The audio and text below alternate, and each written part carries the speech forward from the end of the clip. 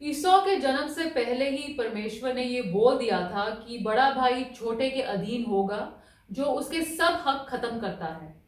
इसी प्रकार रूबन, जो याकूब का बड़ा बेटा था, अपना हक ना पा सका, बल्कि यूसुफ को दुगना हिस्सा मिला। इसी प्रकार कितने लोग हैं जो अपने हक से वंचित हो जाते हैं। लेकिन एक न्यायी परमेश्वर किसी के साथ ऐसा होने ही क्यों देते हैं, और इससे हम कैसे बच सकते हैं? शुरू करने से पहले सुनते हैं परमेश्वर का वचन। परमेश्वर का वचन हमने उत्पत्ति की पुस्तक उसका 25वां अध्याय उसकी 21वीं आयत से आगे लिया है।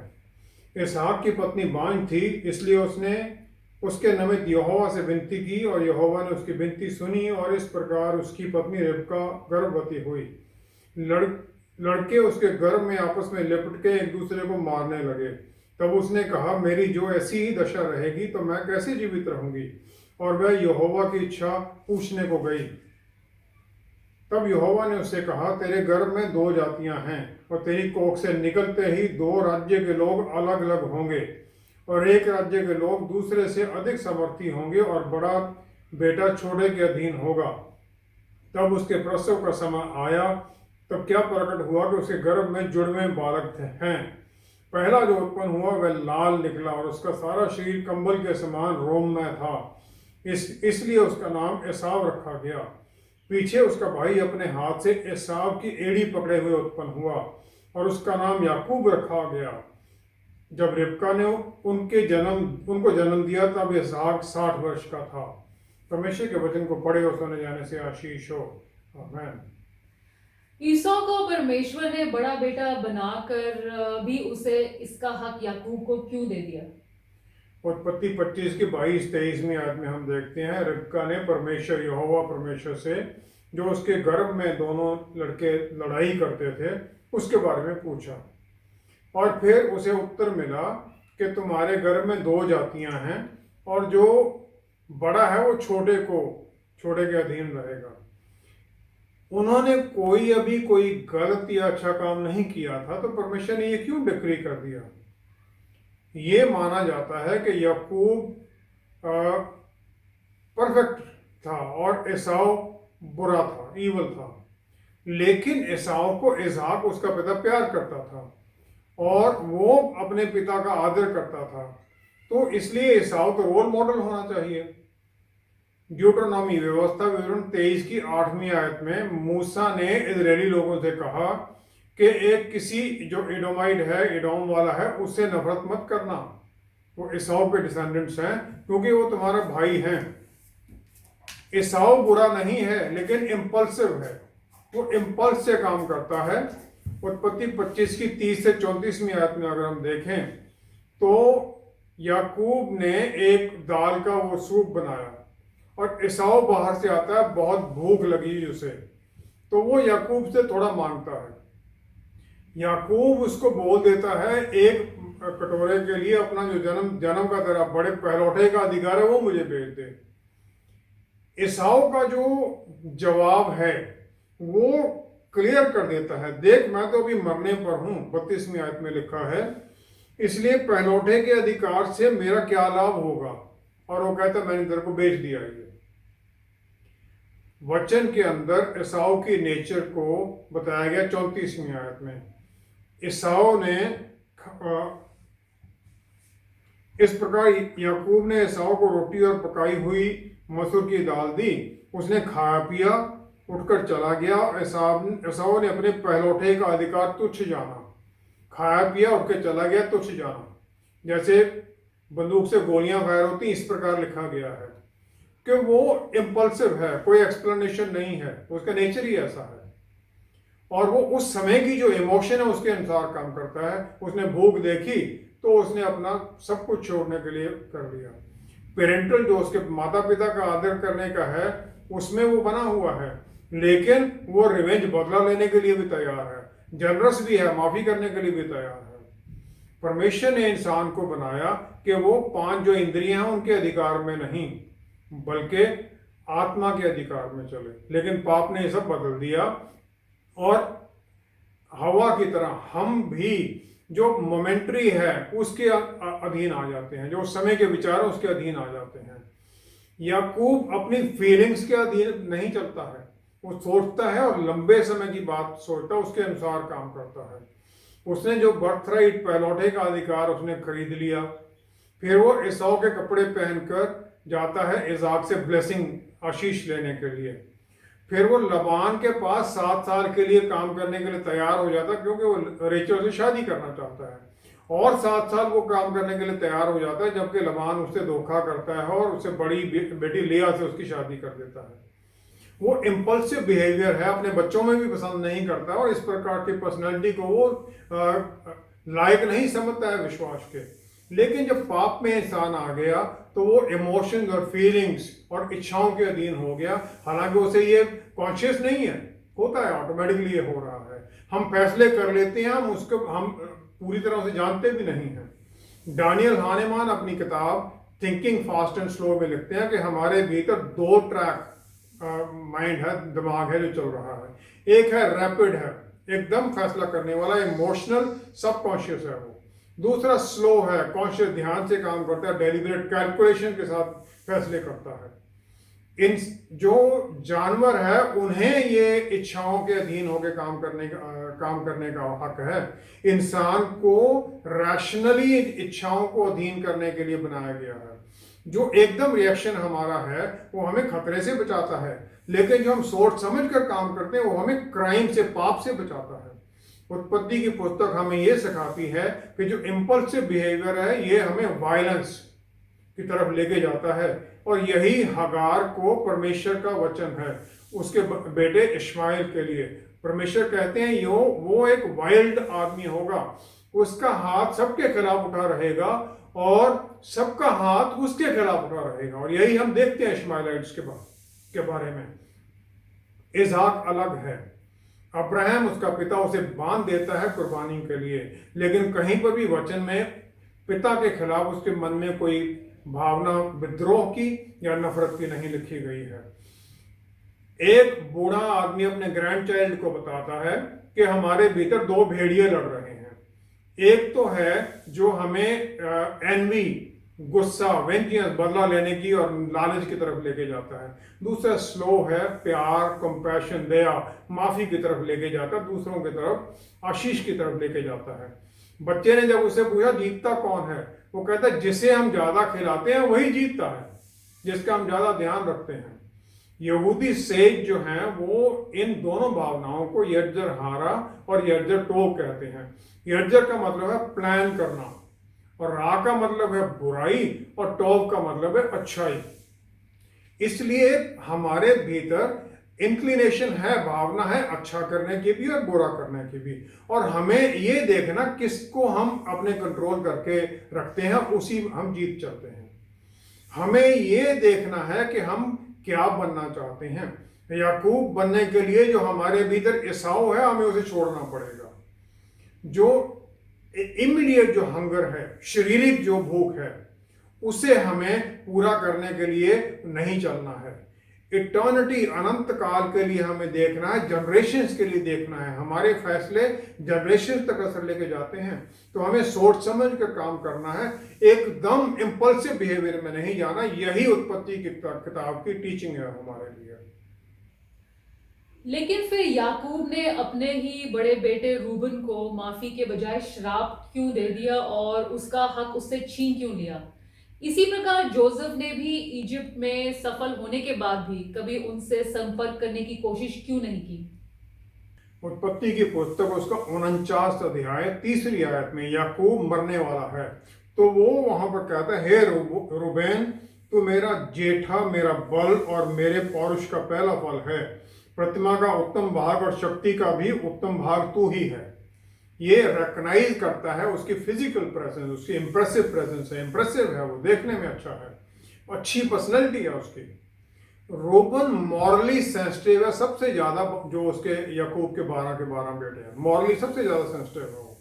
उत्पत्ति 29 में 17 से 23वीं आयत में याकूब की पत्नी लिया जो लबान की बड़ी बेटी है, उसकी आंखें धुंधली हैं, जबकि रेचल जो दूसरी उसकी बेटी छोटी है वो सुंदर है, देखने में सुंदर है। याकूब लबान की सेवा करता है 7 साल के लिए ताकि रेचल से शादी कर सके। लेकिन शादी वाले दिन लबान बदल देता है, लिया को भेज देता है। वो ये कहता है बाद में कि बड़ी के होते हुए छोटी की शादी नहीं हो सकती है।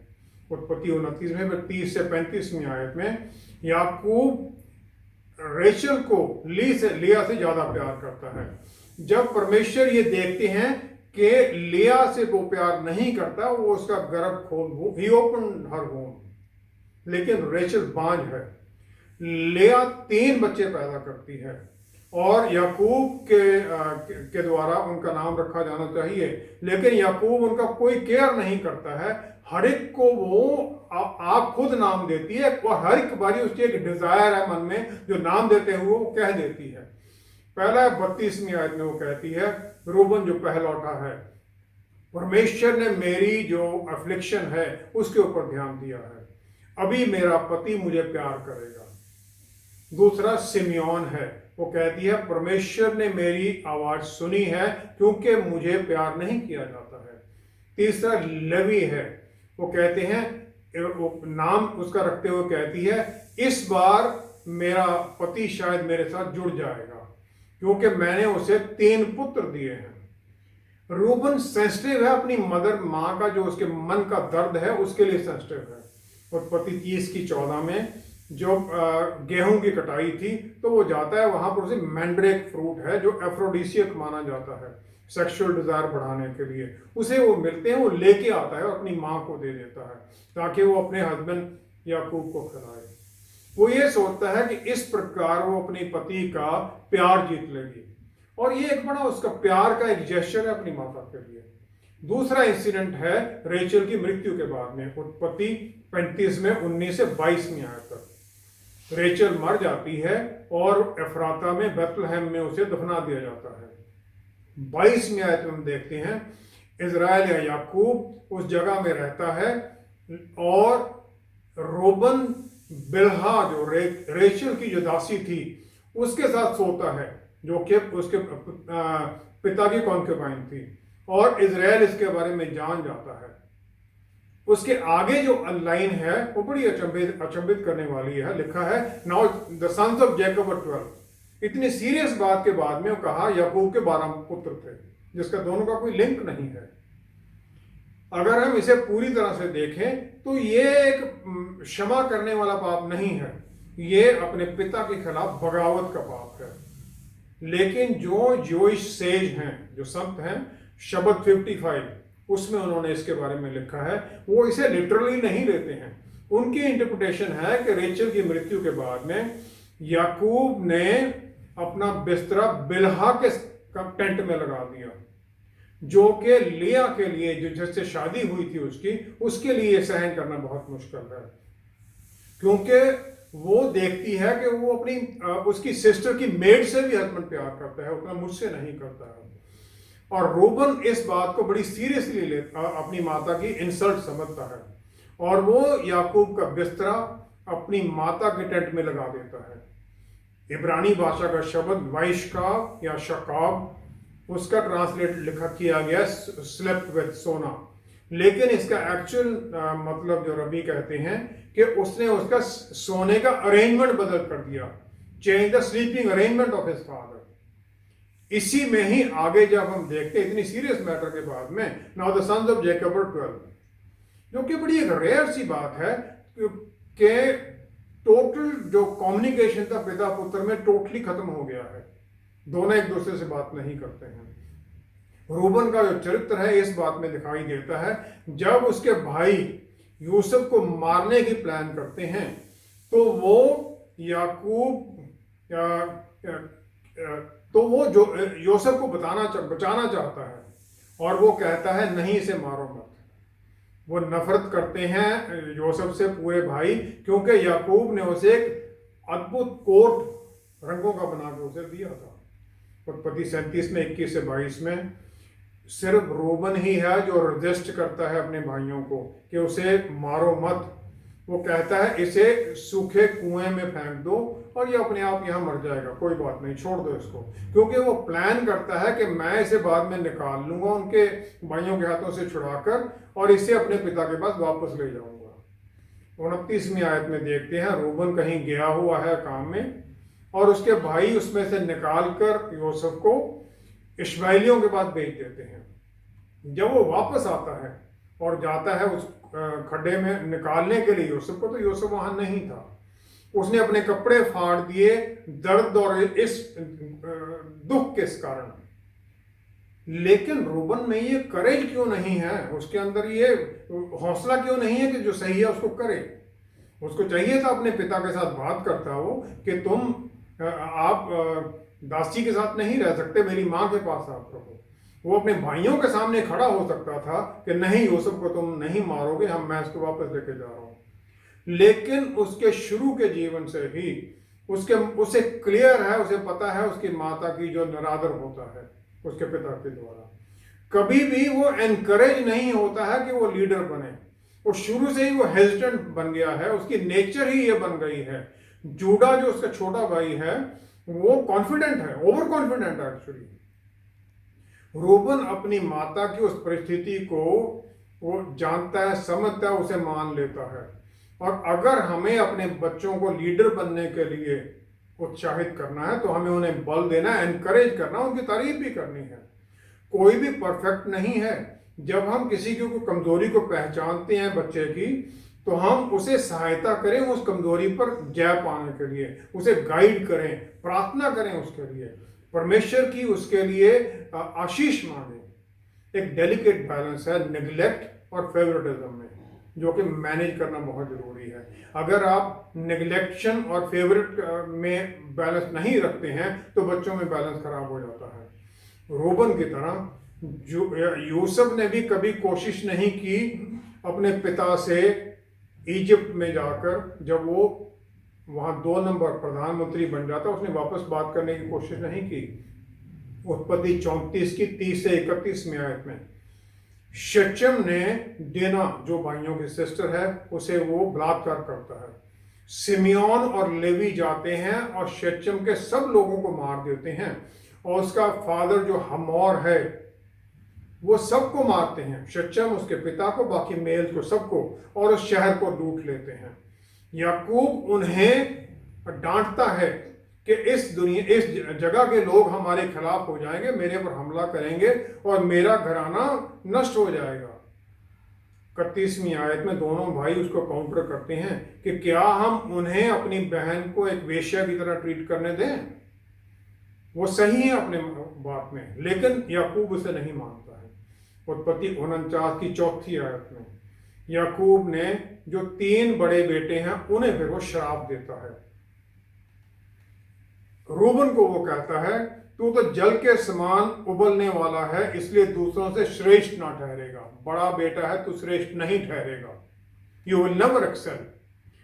49 की 5वीं 7वीं आयत में सिमियोन और लेवी के लिए कहता है, उनकी तलवारें उपद्रव के हथियार हैं, हे मेरे जीव उनके मर्म में ना पड़, हे मेरी महिमा उनकी सभा में मत मिल। वो उनसे मिलाप ही नहीं रखना चाहता है। यूसुफ ने ये पहले से ही मान लिया था कि याकूब जानता है कि उसके भाई उससे नफरत करते हैं।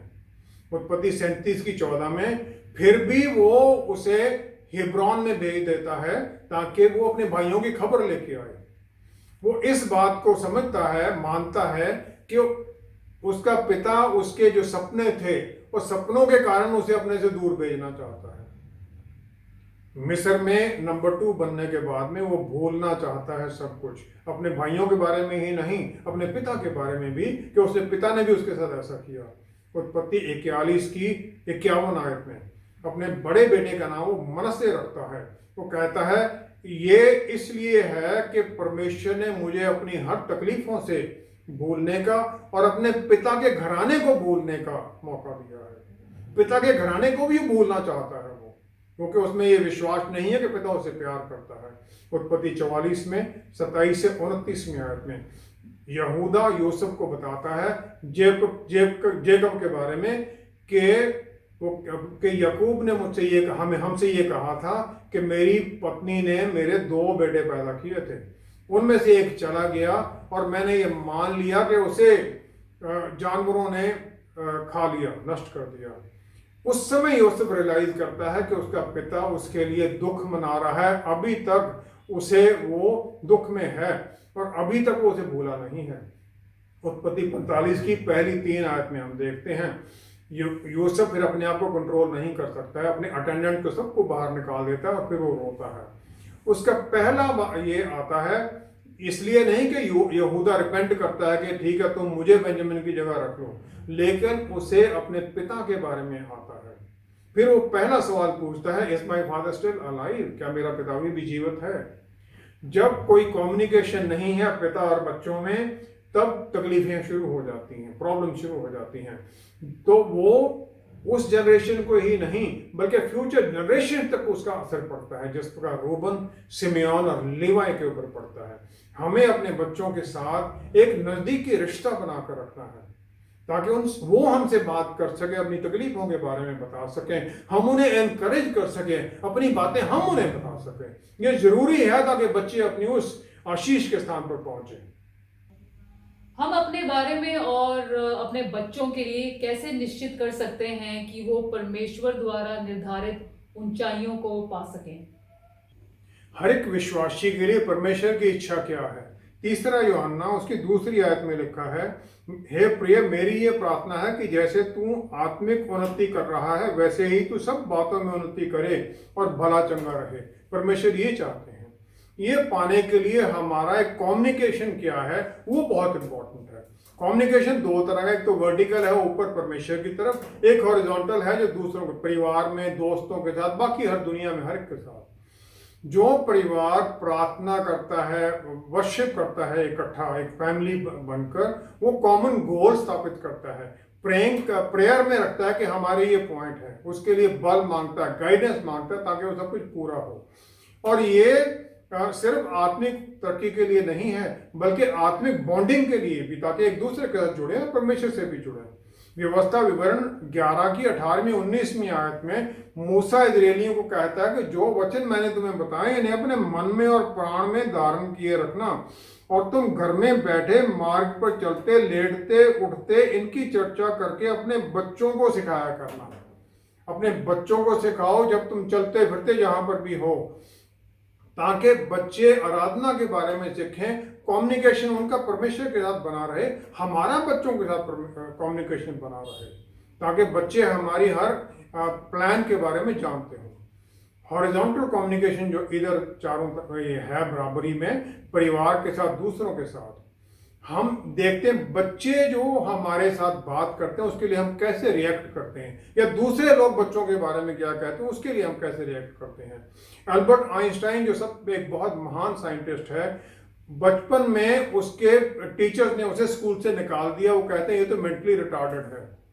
उसकी माता ने उसकी एजुकेशन को अपने ऊपर ले लिया। उसने पूछा मुझे क्या हुआ है, तो वो कहती है, टीचर कहते हैं तुम ज्यादा बुद्धिमान हो इसलिए तुम्हें दूसरे बच्चे तुम्हारे साथ नहीं पढ़ सकते, और वो इतना बड़ा साइंटिस्ट बन गया।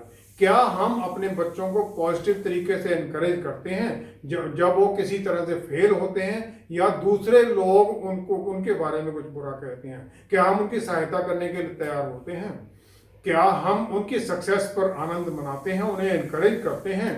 अब हमारे लिए छोटी छोटी चीजें हो सकती हैं, लेकिन इन छोटी चीजों से हम उन्हें बड़ी बातों के लिए तैयार करते हैं। डेरेक रेडमंड एक प्रॉमिसिंग एथलीट था ब्रिटेन का, जो 1992 ओलंपिक गेम्स में बार्सिलोना में 400 मीटर की दौड़ में मसल पुल होने के कारण वो गिर जाता है, लेकिन वो पूरा करना चाहता है, दौड़ लंगड़ाता हुआ चलता है। उसका पिता जो स्टैंड में था वो जंप करके अंदर चला जाता है, सिक्योरिटी वालों को परे करता है, अपने बेटे को पकड़कर रेस पूरी करने में सहायता करता है। क्या हम एम्बैरेस हो जाते हैं अपने बच्चे की फेलियर से, या इस प्रकार अपने बच्चे की सहायता करने के लिए तैयार होते हैं? परमेश्वर ने बोलकर सब कुछ कर दिया, उसके जो बोला वो हो गया। हमारा जो वचन है उसमें भी इसी प्रकार की शक्ति है। क्या हम बोलते हैं अपने बच्चों के बारे में, दूसरों के बारे में, हम ये जाने। नीति वचन 18 की 21 में लिखा है, मृत्यु और जीवन जुबान के शक्ति में है। जो हमारे पास रिसोर्सेज हैं, क्या हम उन्हें बराबरी में सबके साथ बांटते हैं? उत्पत्ति 37 की 3-4 आयत में लिखा है, याकूब यूसुफ से ज्यादा प्यार करता था दूसरे बच्चों के अलावा। उसने उसके लिए रंगों का, भिन्न रंगों का अंगरखा बनाया, और उसके भाई इसलिए उसको नफरत करते थे और उससे अच्छी तरह बात भी नहीं करते थे। इस प्रकार का जो फेवरेटिज्म है वो रिसोर्सेज को भी डिस्ट्रीब्यूशन में गड़बड़ कर देता है और आपसी में भी कलह पैदा कर देता है, और इसी कारण से यूसुफ को वो उसके भाई बेच देते हैं। हमारे टेबल पर एटमॉस्फेयर क्या है वो भी हमें देखना है। जो स्ट्रॉन्ग बॉन्डिंग में है परिवार, वो प्रार्थना इकट्ठा करता है, खाना इकट्ठा खाता है, और फिर वो खाने के टाइम पर पूरी बातें भी करता है। बहुतायत है वो भी शेयर करता है, कमी वो भी शेयर करता है। व्यवस्था विवरण 16 की 16 में कमांड है कि इजरायली लोग यरूशलेम 3 फेस्टिवल्स के लिए आएंगे हर साल, वहाँ ऑफरिंग्स में हिस्सा लेंगे। ऑफरिंग्स के साथ खाना भी खाना है, एक दूसरे के साथ पर्सनल बॉन्ड बनता है, बच्चों को परमेश्वर के पास ले जाने का बॉन्ड बनता है, एक दूसरे से मिलने से रिश्ते बनते हैं। क्या हम बच्चों को एनकरेज करते हैं कि अपने डर हमारे साथ शेयर करें, एक दूसरे की सहायता करने के लिए आगे बढ़ें? खाने का समय ये है कि उस समय हम सब कुछ प्यार में बात कर सकें, प्लान कर सकें और आगे बढ़ने के लिए तैयार हों। फिर जो परिवार जो इकट्ठा खाते हैं वो सिर्फ खाना खाने के लिए इकट्ठे नहीं होते हैं। दूसरा शमूएल 9वां अध्याय 13वीं आयत में राजा दाऊद मफीबोशेत जो राजा सॉल का ग्रैंडसन है उसे अपने टेबल पर खाना खाने के लिए अधिकार दे देता है। जब एब्सलोम उसके खिलाफ रिबेल कर देता है, दूसरा शमूएल 19 में 29-30 पर जब वापस आता है राजा दाऊद, मफीबोशेत कह देता है कि ज़िबा उसके नौकर को ही सब कुछ दे दो। उसने झूठ बोला था उसके बारे में, क्योंकि वो जानता है राजा दाऊद उसको ध्यान रखेगा। क्या हम अपने बच्चों को इस प्रकार एनकरेज करते हैं, पर्सनल सैक्रिफाइस सिखाते हैं? क्या हम अपने पिता के पास उनके लिए प्रार्थना करते हैं? हम परमेश्वर हमारी प्रार्थनाओं को उत्तर देते हैं, और जो हमारे कंडेमनेशन के शब्द हैं वो शैतान उनका उत्तर देता है, और जो हम कंडेम करते हैं या प्रार्थना करते हैं दोनों ही हमारे बच्चों की या परिवार वालों की डेस्टिनी की तरफ पूरा बहुत बड़ा असर डालते हैं। हमें ध्यान रखना है किस प्रकार हम अपने रिश्तों को चलाते हैं। आइए हम प्रार्थना करें। पिता परमेश्वर, हम आपका धन्यवाद करते हैं, आपने हमें अपने अक्सर रूप में बनाया। पवित्र आत्मा परमेश्वर द्वारा हमें बुद्धि और ज्ञान दीजिए, सेल्फ कंट्रोल दीजिए कि हम अपनी जुबान पर कंट्रोल रख सकें, अपने परिवार के हर जन को इकट्ठा एक दूसरे के साथ जुड़ने में सहायता करें, और हम पूरा परिवार फिर आपके साथ जुड़े रहें, क्योंकि आप हर चीज का स्रोत आप ही हैं। प्यारे प्रभु यीशु, हम धन्यवाद करते हैं हमें अपने परिवार का हिस्सा बनाने के लिए। तो फिर हम अपने परिवार के बारे में ही नहीं बल्कि पूरे मसीही परिवार के बारे में सोचें, एक दूसरे के लिए प्यार की भावना से दूसरों के लिए भी प्रार्थना करें, ताकि हमारे जीवन में आपको महिमा मिले। पिता परमेश्वर, धन्यवाद करते हैं हमारी प्रार्थना को सुनने और स्वीकार करने के लिए, क्योंकि ये सब कुछ हम आपके प्यारे बेटे प्रभु यीशु के पवित्र नाम में मांगते हैं। आमीन, आमीन, आमीन। प्रभु यीशु ने पतरस रसूल को पानी पर चलने के लिए बुला लिया ताकि उसको ये विश्वास हो जाए कि उनका ये वादा सच्चा है कि जो काम मैं करता हूं तुम भी करोगे, बल्कि इससे भी बड़े काम। हम भी उनकी तरह दूसरों को उत्साहित करने में कोई कमी ना रखें। क्या पता किस शब्द से उसका विश्वास अपने आप में और परमेश्वर में और भी मजबूत हो जाए। हमारे साथ दोबारा जुड़ने के लिए आपका बहुत बहुत धन्यवाद। अगले हफ्ते आपसे फिर मुलाकात होगी। Until then, stay blessed. Shalom.